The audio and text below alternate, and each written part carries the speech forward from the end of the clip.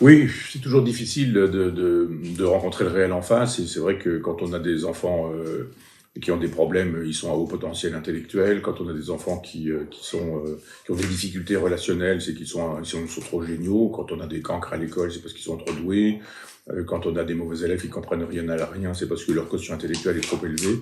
Donc tout ça est un peu problématique. Tous ces gens très amoureux qui se marient, font des enfants, estiment que leur couple est formidable, et puis qui, le jour où ils découvrent que, bah bon, c'est pas forcément si terrible que ça, se mettent à parler de pervers narcissiques.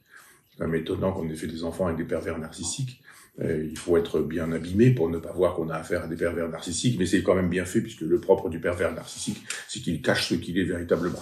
On se demande pourquoi un jour il cesse de cacher, et pourquoi les gens ont été abusés si longtemps. Ils pourraient s'en prendre à eux-mêmes à l'idée d'avoir succombé à des crétins, et découvrir un jour que les crétins sont des crétins, sans pour autant utiliser cette catégorie de pervers narcissiques.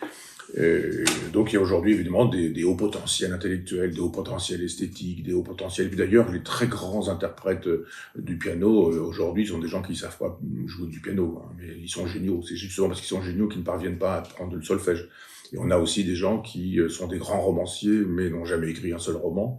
Mais ils sont quand même des grands romanciers parce que leur hypersensibilité fait qu'ils ne peuvent pas réaliser. Moi, j'ai des gens qui me disent j'ai écrit des romans, enfin j'ai écrit, je suis pas complètement écrit, mais j'ai le projet d'écrire un roman, etc. Bon, je connais un peu ce genre de personnage-là. Je crois que cette espèce de tsunami psychologique, psychiatrique, psychanalytique, psy, fait qu'on ne regarde plus le réel, on n'arrive pas à dire celui-là il sait pas, celui-là il peut pas, celui-là il est doué, celui-là il est pas doué.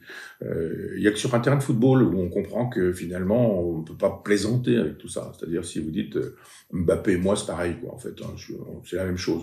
Bah montre-le. Et là pour le coup c'est déjà beaucoup plus difficile.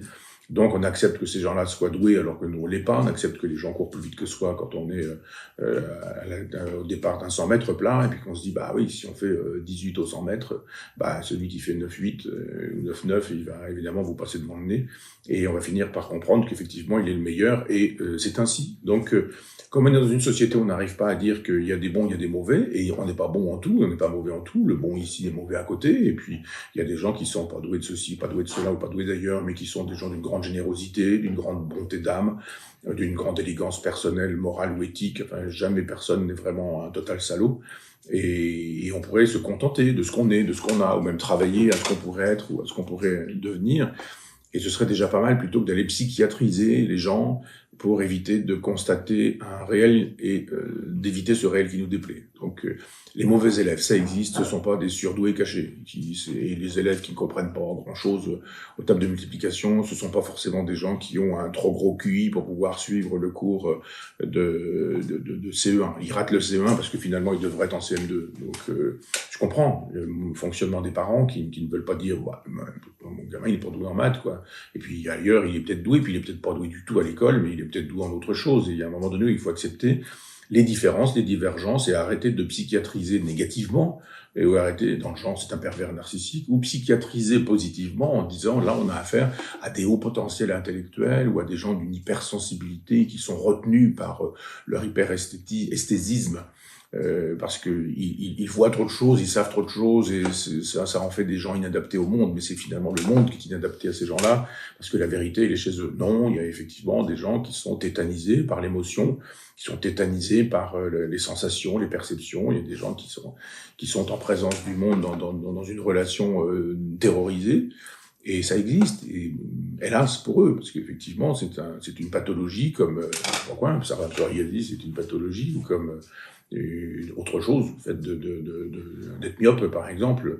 Et donc je crois qu'il faut accepter ce genre de choses, arrêter d'aller chercher des lectures ou des grilles de lecture chez les psys, qui sont des gens, la plupart du temps, j'en ai eu beaucoup, moi, des psys, on se demandait si vraiment le fait d'être psy leur permettait pas de dire qu'ils n'avaient aucun problème avec leur propre psyché.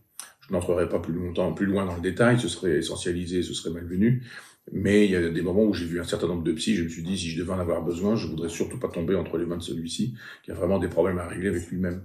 Donc la psyché, je crois qu'on peut la penser à partir d'un certain nombre de lectures. des lectures qui nous permettent de savoir comment ça fonctionne. Le premier Cyrulnik, par exemple. Cyrulnik de Sous le signe du lien, ou La parole comme une molécule, ou enfin des livres comme ceux-là, à l'époque de l'éthologie, un peu. Après, par la suite, bon, il y a eu un second, on dira, Cyrulnik, mais le premier disait des choses intéressantes qui permettent de savoir comment fonctionne la psyché.